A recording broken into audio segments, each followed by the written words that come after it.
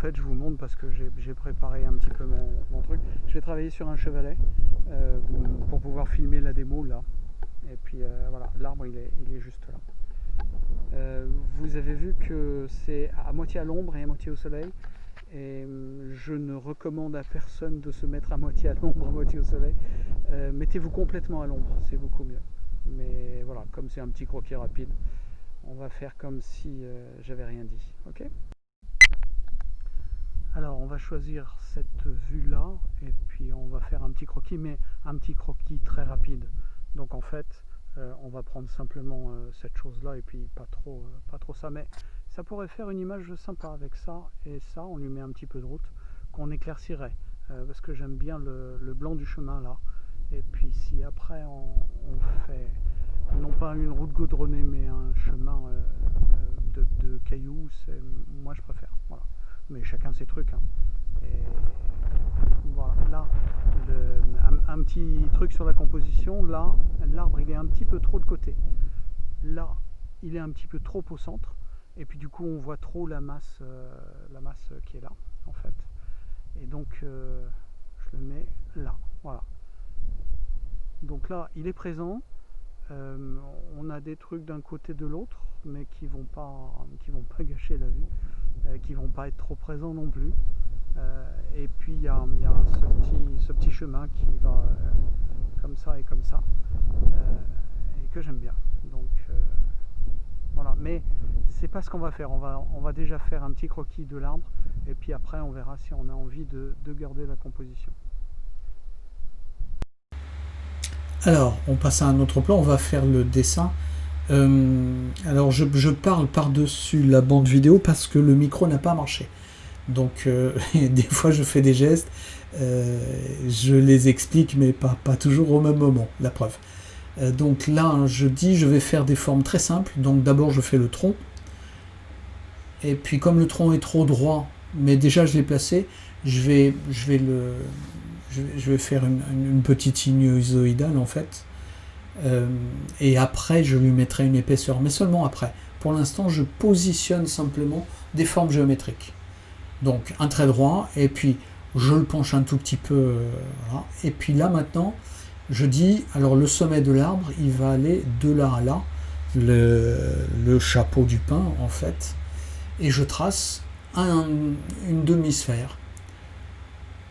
Et vous avez vu, je fais ça pas très propre, hein, parce que des fois je mets plusieurs coups de crayon. C'est pas très grave, le crayon est assez léger, pas plus que ça d'ailleurs. Voilà, donc je fais le demi-rond, et puis je fais un bout de triangle parce que je vois qu'il y a une grosse branche comme ça, et puis un petit zigouigoui dessous, et encore un petit zigouigoui de l'autre côté. Et là maintenant je reprends, une fois que j'ai à peu près les formes dans les bonnes proportions, parce que c'était ça le but du jeu, je reprends juste l'extérieur, je fais le contour. Là, il y a du ciel dans les branches, donc je fais un contour très très découpé. Et je ne figure que pratiquement l'extérieur du feuillage. Ça va me donner la forme, et après peut-être que je ferai un peu d'intérieur, mais pas trop. Et vous avez vu que simplement en faisant croire qu'il y a des petits détails avec des formes très découpées à l'extérieur, ça marche, on a la forme et on reconnaît un arbre. Et peut-être même qu'on reconnaît un pin. Donc là, on continue. Là, je cache ma main pour vous montrer parce qu'il y a un petit peu de soleil. Je vous l'ai dit déjà, ne faites jamais ça, ne vous mettez jamais au soleil parce que ça nous aveugle. Et si vous peignez au soleil, vous aurez tendance à faire des croquis beaucoup plus sombres. Donc voilà. Des fois, moi, j'ai fait des concours de peinture en peignant en plein soleil parce que, ouais, j'ai vécu dans les pays tropicaux, ça me dérangeait pas. Mais une fois qu'on s'est mis à l'ombre et qu'on a regardé la peinture à l'ombre, c'était une horreur. Enfin bon, ne faites pas ça. Et du coup, vous voyez, là, je me suis mis à l'ombre pour peaufiner mon truc, parce que c'est plus agréable pour tout le monde. Par contre, je suis dos au sujet. mais c'est pas très grave, je me retourne des fois. Et c'est d'ailleurs un très bon exercice à faire à la maison pour développer sa mémoire visuelle. Alors là, je commence à faire un carré parce que je veux faire le buisson en dessous. Je fais un carré et puis je fais un demi-cercle aussi parce que ça s'inscrit entre le carré et le demi-cercle. Donc je vous fais voir les deux. Vous avez vu que les proportions varient un petit peu. Et puis j'ajuste un petit peu la forme, mais très grossièrement. Voilà. Et j'essaye d'avoir le plus de droites possible, quitte après à faire des courbes. Parce que quand on fait les droites, on est plus concentré sur les proportions et les angles plutôt que sur la beauté de la courbe. On fera la beauté de la courbe après si nécessaire, et généralement c'est pas nécessaire. Et donc même chose, après je fais juste le détail, les détaux des arbres, en disant bah là voilà il y a encore un petit peu de lumière, donc je fais comme si c'était une grosse branche et puis une autre branche dessous. Et toujours j'ajoute simplement l'extérieur, je fais la forme extérieure. Là je rajoute un buisson, toujours avec une forme extérieure, et puis un autre buisson en dessous. Voilà.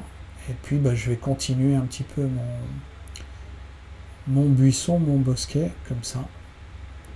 Et vous avez vu que bah, ça va très vite, et puis on reconnaît quand même bien la forme.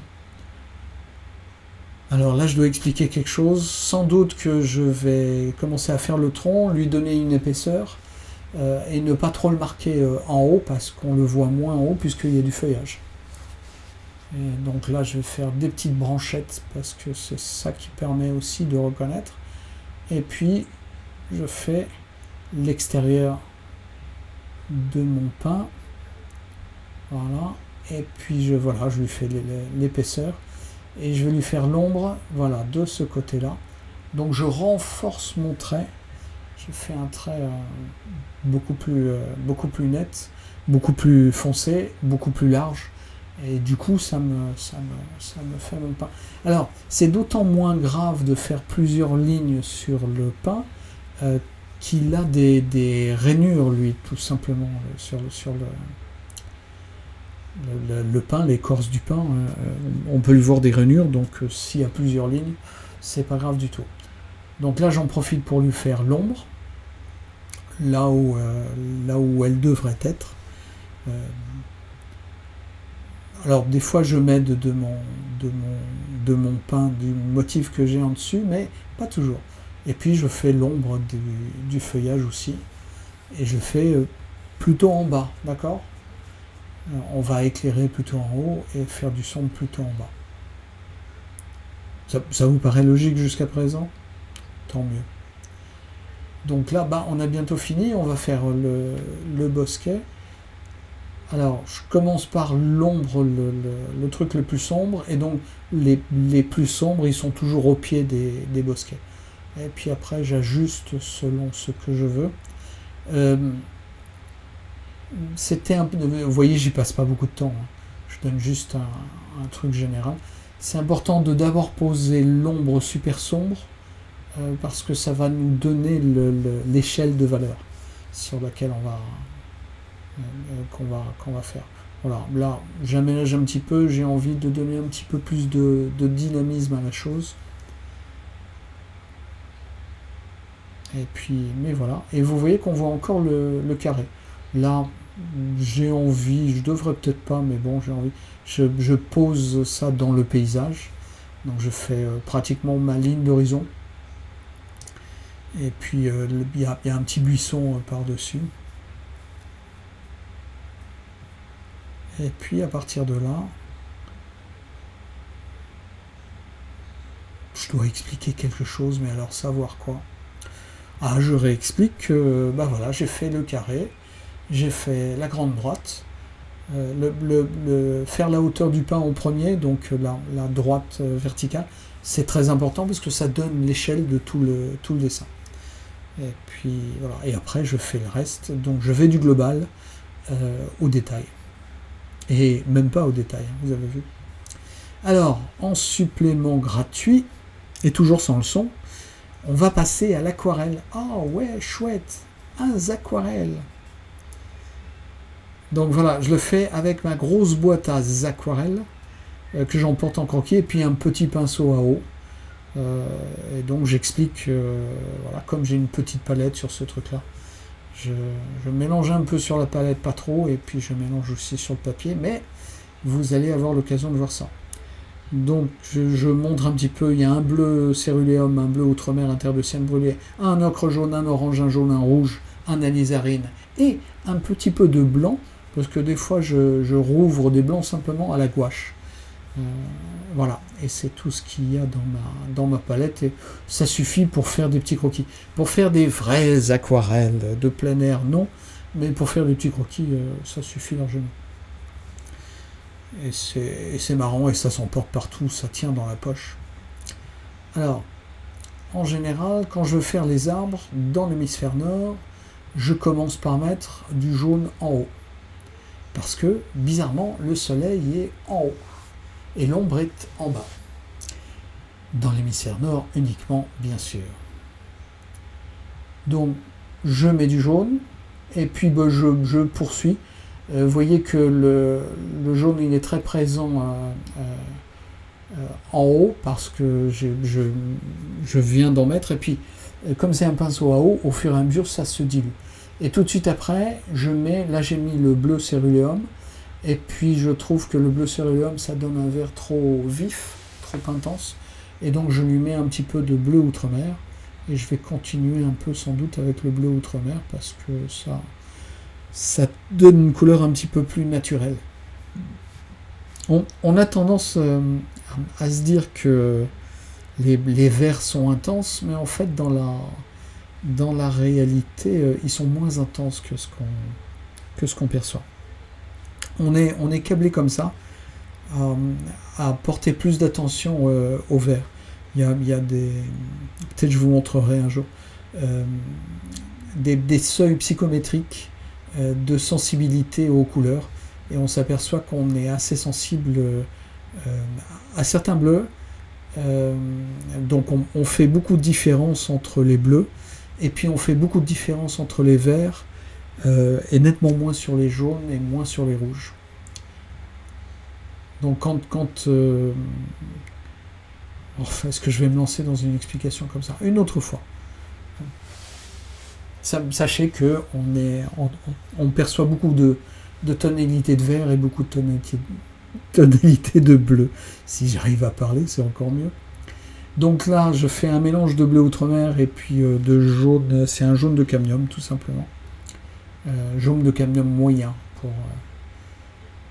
Là, je renforce avec du bleu outremer, simplement du bleu outremer, puis j'en profite pour faire les petits bleus dessous. Et puis, voilà, je remets du... comme je veux que ce soit un petit peu plus foncé, je pars pas du jaune, je pars du bleu, et puis après, je pose le jaune sur la couleur pendant qu'elle n'est pas encore tout à fait sèche, ce qui permet aux deux couleurs de jouer et de vibrer. Là, je me suis fait un petit mélange de vert un peu plus intense et foncé, que je vais passer pas loin de partout, mais pas tout à fait. Pas tout à fait pour avoir des variations, justement, oui, pour faire des petits effets de relief. Voilà. Alors, ça c'est un péché mignon, et à mon avis c'est aussi un de vos péchés mignons. On travaille trop. En fait, ça devrait être fini là, mais je remets encore des couleurs. Donc là, c'est pas encore sec, donc ça fluctue un peu, mais j'aurais dû passer moins de couches que ça, en fait. Donc, du coup, ça charge un petit peu, ça gouache un tout petit peu. Donc là, c'est de la terre de sienne brûlée, j'ai l'impression. Ouais, qui fait un petit peu orange, parce que entre la caméra, les couleurs à l'ombre, etc., les couleurs sont pas tout à fait justes. Vous avez vu, je vous ai montré mon chiffon, et j'essuyais mon chiffon. Et c'est le seul moyen, en fait, sauf à l'essuyer sur le papier, de nettoyer le pinceau. Une fois qu'il a posé une couleur, ben, il lui reste encore de la couleur. Et donc je l'étale sur un petit chiffon. Ça me nettoie mon pinceau. Et je peux reposer une autre couleur. Alors quand il faut que je pose une couleur sombre, je le nettoie pas forcément parce que surtout si j'ai pris un jaune que je veux faire un vert, que j'ai posé mon jaune et que maintenant je prends du bleu pour faire un vert, s'il y a un petit peu de jaune dedans, voilà, c'est pas plus mal. Là c'est un terre de sienne brûlée, peut-être avec un petit peu d'alizarine dedans. Des fois pour les pins, et notamment pour les ombres du feuillage des pins, je mets des fois un petit peu d'alizarine avec le bleu et le vert. Ça noircit la couleur. Là, ça doit être un terre de sienne brûlée. Et puis je reviens avec le bleu outre-mer pour faire des choses à l'ombre. Alors le danger avec les petits pinceaux comme ça, c'est qu'on pose des couleurs un petit peu trop franches. Et là, mon bleu outre-mer, il est brut de pomme. Hein. Donc comme il est un petit peu trop sévère, ben, j'en mets partout, parce que sinon c'est pas rigolo. En fait, je fais les ombres à côté aussi. Et effectivement, ça pouvait être un petit peu plus sombre. Donc j'en mets un petit peu sur un côté et pas sur l'autre. Celui qui est à la lumière. Et là, j'explique quelque chose. C'est dommage qu'on n'ait pas le son, parce que ça devait être super important. Ah, donc je dis que je vais poser, pas tout partout, mais je vais poser du feuillage un petit peu plus sombre. Donc j'ai remis un petit peu de jaune pour faire un petit peu plus vert. Et là, j'estime que j'ai terminé à peu près mon arbre. Et je passe au fond, parce que je ne peux pas m'en empêcher. Et, alors, on a toujours le danger de trop travailler ces aquarelles.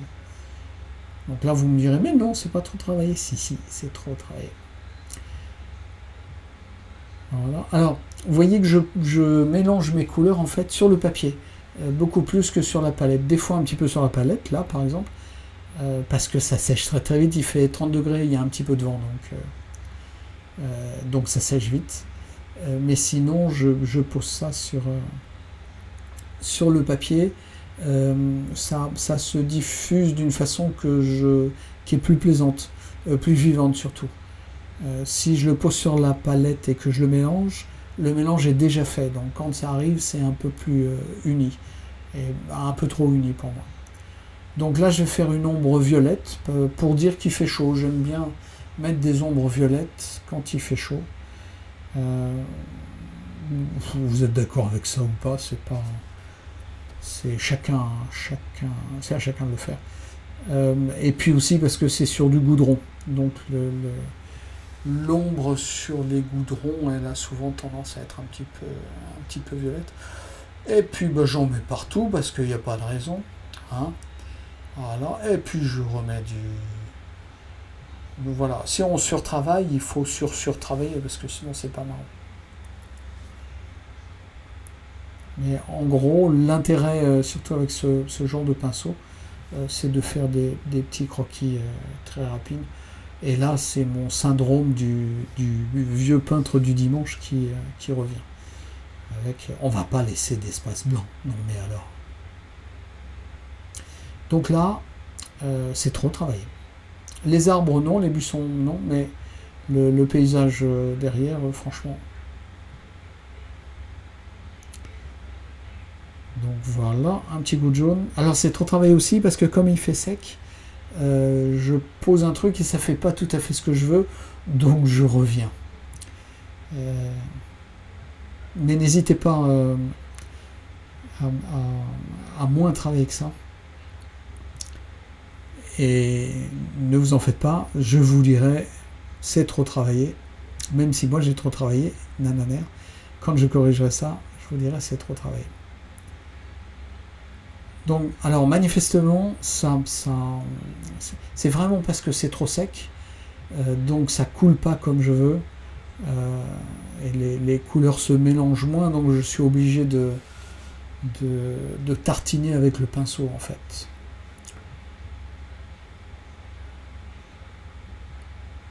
Alors là, je vais tenter de faire un buisson au loin. Donc je veux qu'il soit moins présent que le reste, qui donne juste un truc d'échelle. Et ouais. Perso, là pour l'instant, je suis pas très content. Et puis, mais je vais sans doute rectifier ça un petit peu plus tard. Les choses dans le lointain se confondent avec le buisson devant. Et c'est pas génial en fait. Il faudrait qu'on ait un petit peu plus de notion d'espace. Donc voilà, je fais mon petit buisson en ajoutant juste les feuilles sur le tour et pas à l'intérieur. Je m'embête pas avec l'intérieur. Voilà, monsieur il a dit t'embête pas avec l'intérieur. Eh ben on va pas s'embêter avec l'intérieur. Et puis il faut revenir parce que ça c'est pas, c'est du gros gloubi-boulga en fait pour l'instant. Alors donc je mets un bleu, le bleu céruleum sur le fond, ce qui fait qu'effectivement ça redevient un petit peu plus lisible devant, et puis je fonce mon buisson encore. Puis, alors là j'essaie quand même de le relier, je lui fais l'ombre et puis j'essaie de le relier un petit peu aux autres buissons. Voilà, et puis je refais un petit peu de la route. J'essaie de dynamiser un petit peu cette chose-là. Mais vous avez vu que le fait de trop ajouter de fond derrière, ça nous a bloqué.